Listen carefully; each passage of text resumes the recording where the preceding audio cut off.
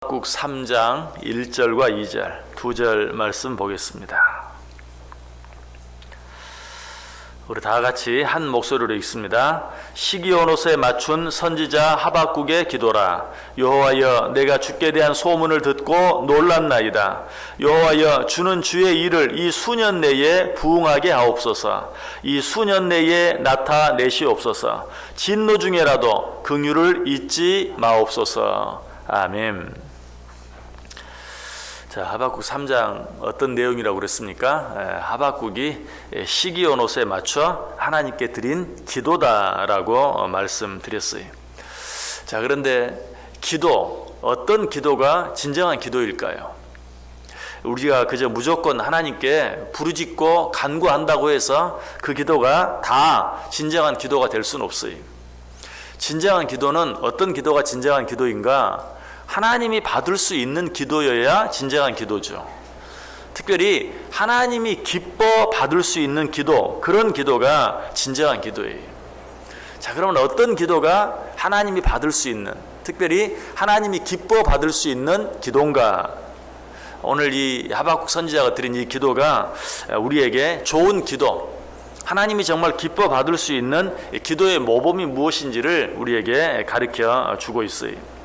자, 하박국 선지자는 기도를 시작하면서 제일 먼저 어떤 기도를 드리고 있습니까? 2절 보세요. 여호와여, 내가 주께 대한 소문을 듣고 놀랐나이다. 하박국의 기도는 하나님께 대한 경배와 찬양으로 시작되고 있는 것을 보게 돼요. 여기서 놀랐다라는 말은 내가 이전에는 원망하고 불평했는데 하나님의 뜻, 하나님의 섭리를 알고 나니 하나님이 하시는 모든 일이 놀라울 뿐입니다. 여러분 기억하시죠? 하박국 1장 그리고 2장 초반부 다 어떤 내용이었어요? 하나님 왜 이러십니까? 하나님이 어떻게 이렇게 하실 수 있습니까? 정말 하나님이 계시는 건 맞습니까? 하나님이 이 나라 이 민족을 사랑하는 건 맞습니까? 계속해서 하나님께 원망하고 불평했어요. 그런데 하나님께서 하시는 일의 뜻, 하나님의 섭리를 알고 나니 이제 그가 하나님 앞에 기도하면서 뭐라고 기도하고 있어요? 1장과 2장에 있었던 그런 내용만 생각하면 하나님 이 나라 이 민족을 구원해 주옵소서, 하나님 저 불의한 자들을 심판해 주옵소서, 하나님 의로운 가운데 고통당하는 자들을 건져내 주옵소서, 이렇게 기도를 시작해야 돼요. 그러나 하박국은 그렇게 하지 아니하고 여호와여, 내가 주께 대한 소문을 듣고 놀랐나이다. 하나님께서 하시는 일의 능력, 하나님께서 하시는 모든 일 속에 감추어진 하나님의 뜻, 섭리를 깨닫고 나니 그저 놀라울 뿐입니다 라고 하나님께 찬양을 드리고 하나님께 경배를 하고 있는, 하나님께 드리는 찬양과 경배로 이 기도를 시작하고 있다는 것이, 여러분 이런 기도가 진정한 기도예요. 역시 지난 주일 오후 예배 때 우리 권사의 원신 예배 때 말씀을 드렸죠.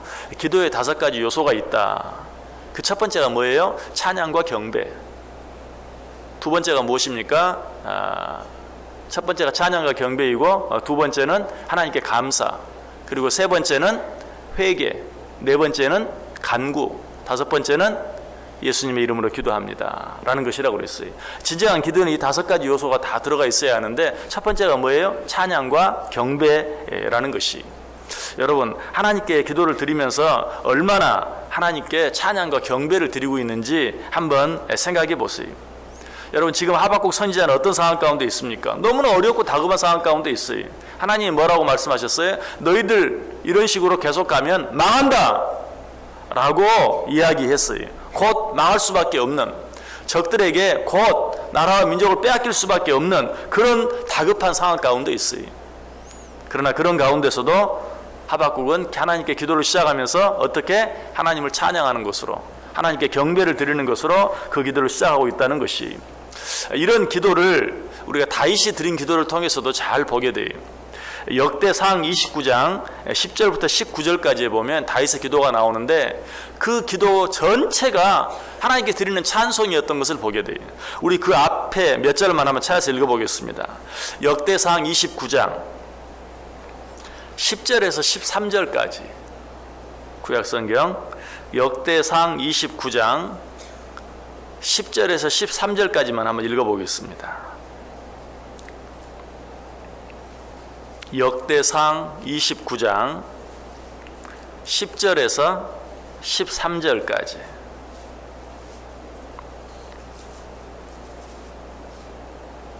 우리 다 같이 한 목소리로 읽어보겠습니다.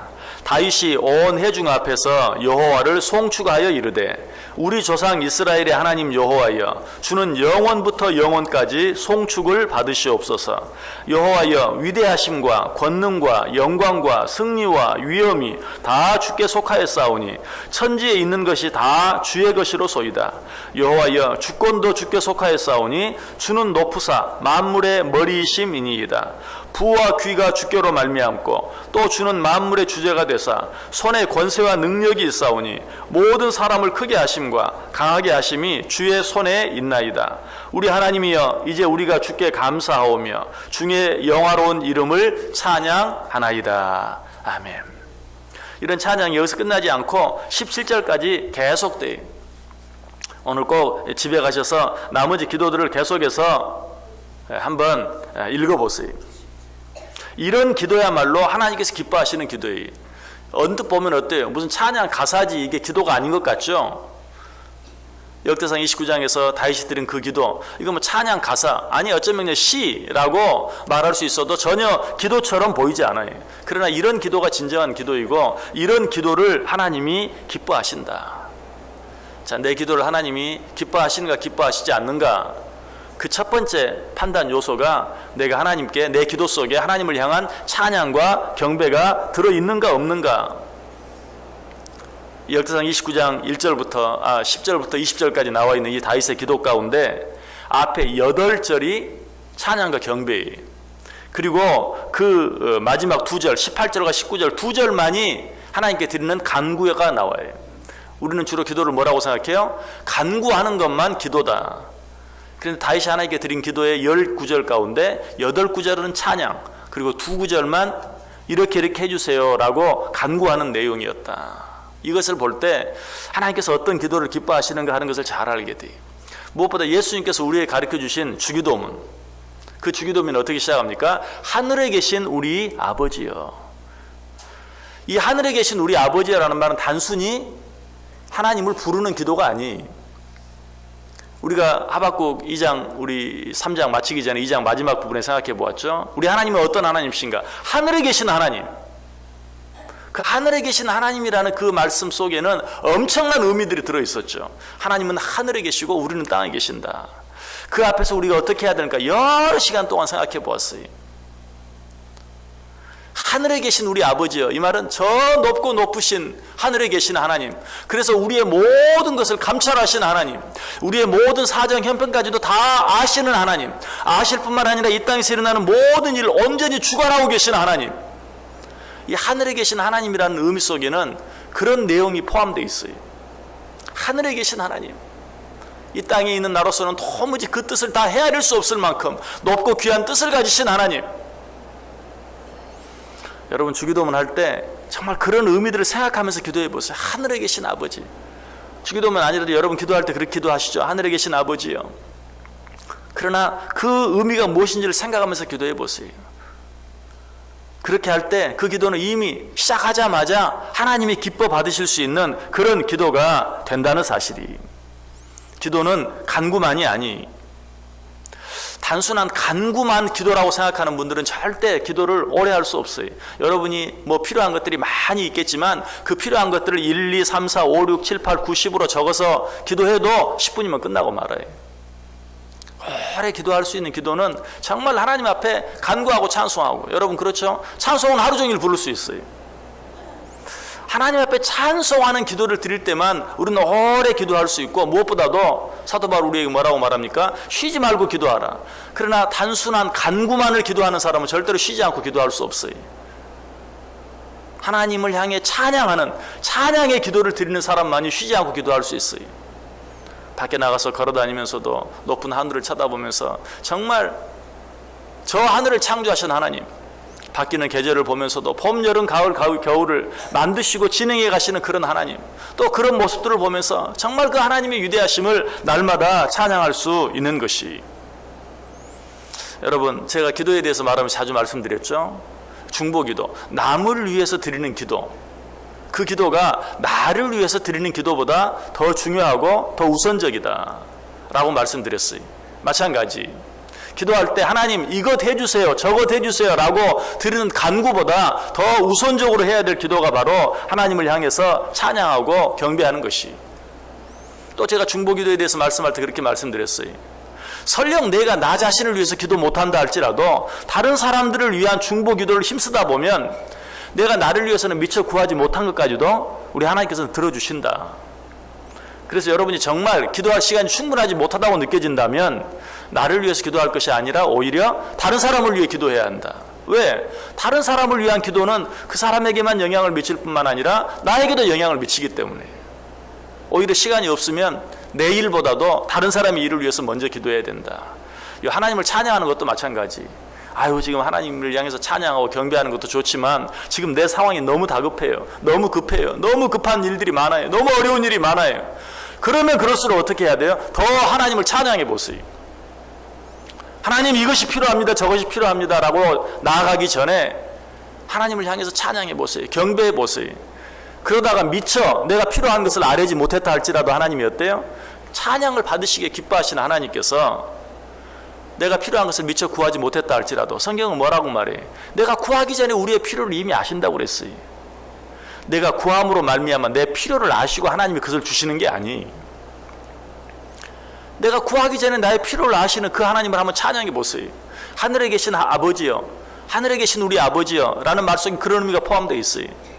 아까도 말씀드렸죠. 하늘에서 나의 모든 형편을 굽어보시고 내가 일일이 구하지 않아도 나의 모든 것들을 아시는 주여, 진정한 마음으로 그렇게 하나님을 부를 수만 있다면 하나님은 이미 내 기도를 들어주시고 응답해 주신다는 것이. 또 사도 바울은 기도할 때 이렇게 기도하라고 말하죠.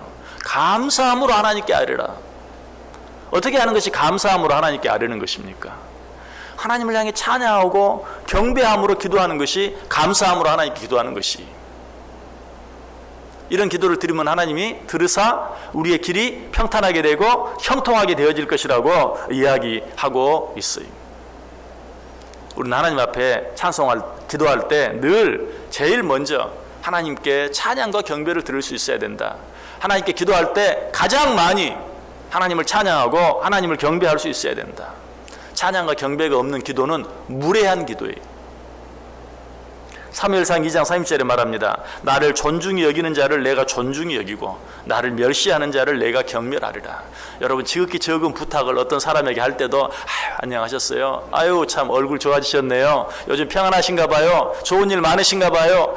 수많은 말을 한 뒤에 사실은 제가 이런 부탁이 있는데, 그런데 하나님을 향해서는 하나님에 대한 어떤 경배도 찬양도 없이 그저 간구를 가지고 하나님 앞에 나아가는 것은 하나님을 존귀히 여기는 자라고 말할 수 없어요. 하나님을 정말 높이 여기는 자라고 말할 수 없어요.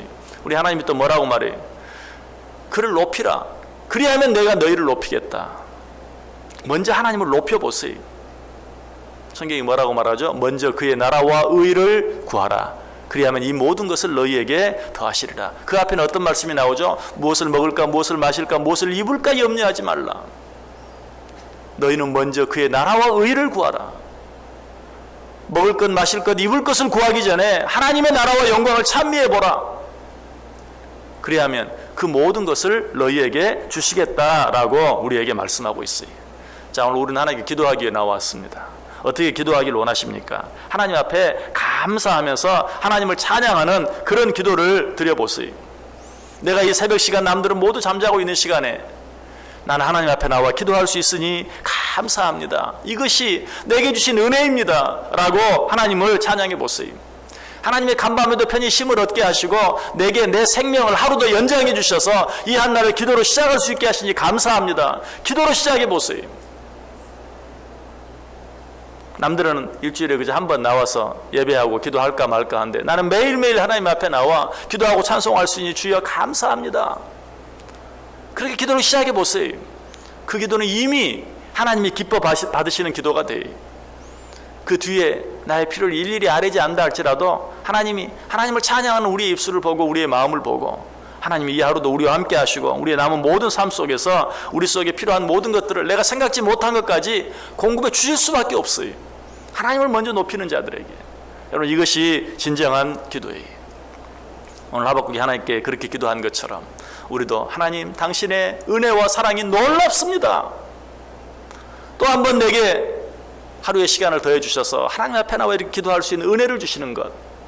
내가 어제 내 삶을 생각해 보면 너무나도 부족하고 이런 은혜와 축복을 받을 자격이 없는데 간밤에 그것으로 내 삶이 끝난다 할지라도 나는 하나님 앞에 아무것도 원망하고 불평할 것이 없는 자인데 내 생명을 하루 연장시켜 주셔서 또 주님 앞에 나와 주의 성호를 찬송하며 하나님께 예배하고 주의 말씀을 듣고 기도할 수 있게 하시니 감사합니다. 이렇게 하나님을 높여드릴 때 하나님이 이 하루도 저와 여러분을 높여주시고 이렇게 하나님을 존귀하게 여길 때 하나님께서 저와 여러분도 존귀하게 여겨주시는 그 은혜를 풍성하게 누리고 살아가는 복된 하루 꼭 되시기를 주님의 이름으로 간절히 축원합니다. 기도하겠습니다.